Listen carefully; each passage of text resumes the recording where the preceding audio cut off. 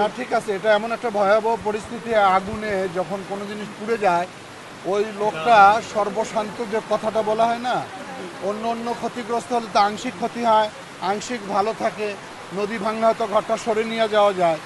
But এই আগুন যখন লেগে যায় তখন মানুষ একদম অসহায়, সর্বশান্ত হয়ে যায়। এটা মানে তার যে মনোবলটাও নষ্ট হয়ে যায়, নতুন করে যে দাঁড়াবে সেই সাহসটুকু পায় না। আমরা আপনাদের পাশে আছি, আমরা চেষ্টা করব যতটুকু সরকারের পক্ষে সাহায্য করার জন্য। আর এখানকার মাননীয় এমপি, উনি মন্ত্রী, উনি দেশের বাইরে আছেন, রবি হাজরা সাহেব, ওনার পক্ষে ওনার প্রতিনিধিরাও আছে। উনি ফিরলে আমরা আরও আলোচনা করব। আমি সিটি কর্পোরেশনকে বলবো তাদের পক্ষ থেকে কী ধরনের সাহায্য করা যায়। আমাদের মন্ত্রণালয়, সিটি কর্পোরেশন এবং এমপি সাহেব, আমরা তিন পক্ষ মিলে আমরা আপনাদের এই বিপদে আপনাদের পাশে থাকবো। যতটা মানবিক সাহায্য করা যায় আমরা চেষ্টা করব।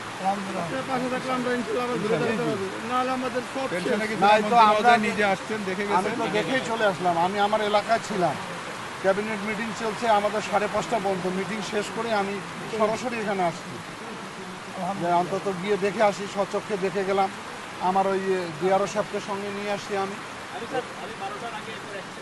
ছিলাম না, মাননীয় প্রতিমন্ত্রী মহোদয় স্যার আমার সাথে কথা বলছেন স্যার, ওই বিদেশ থেকে ওনার এপিএস ছিলেন, উনি আমার সাথে কথা বলে দিয়েছেন স্যার। আমি বলছি স্যার যে আপনি স্যার এটা বিষয়ে অবগত আছেন, আমি আপনাকে জারি করছি কথা বলেছি স্যার। এইটা তৈরি করেন, ভালো করে অ্যাসেসমেন্টটা করলে আমরা সেইভাবে রোববারই যাতে আমরা কিছু করতে পারি। এর মধ্যে আবার 3 দিন বন্ধ, কালকে 26শে মার্চ শুক্রবার শনিবার বন্ধ।